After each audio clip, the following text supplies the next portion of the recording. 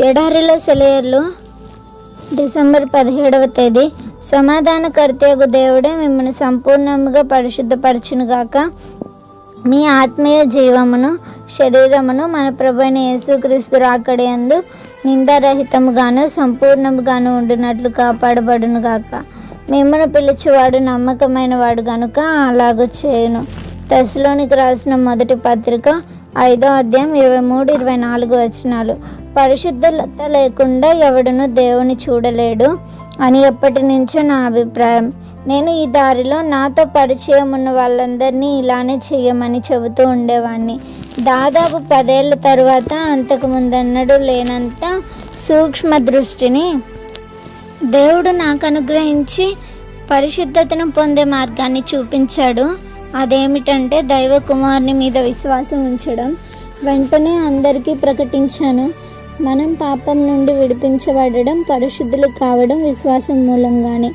దీన్ని నేను ఇంట బయట మాట్లాడేటప్పుడు రాతల ద్వారాను నొక్కి వక్కానించాడు.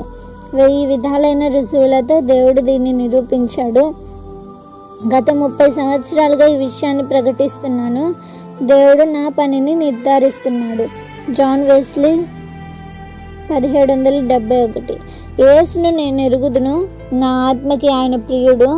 అయితే నా లోపాలున్నదేదో ఒకటి నన్ను మంచిగా ఓర్పుతో దయతో ప్రవర్తించనీయడం లేదు. దాన్ని అణిచిపెట్టాలని ఎంతో ప్రయత్నించాను, సాధ్యపడలేదు. సహాయం చేయమని యేసుని అడిగాను.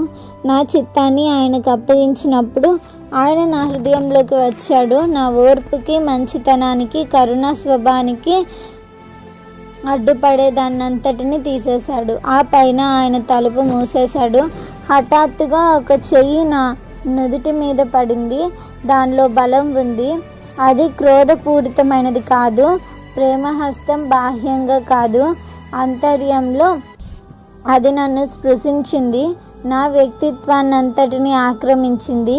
పరిశుద్ధమైన పాప వినాశనకగ్నిలా నాలో వ్యాపించింది. అది నాలోని అణువణువులోకి పాకుతూ ఉంటే నా మస్తిష్కం, నా హృదయం కూడా శుభ్రపరిచే ఆ సన్నిధి శక్తితో నిండాయి.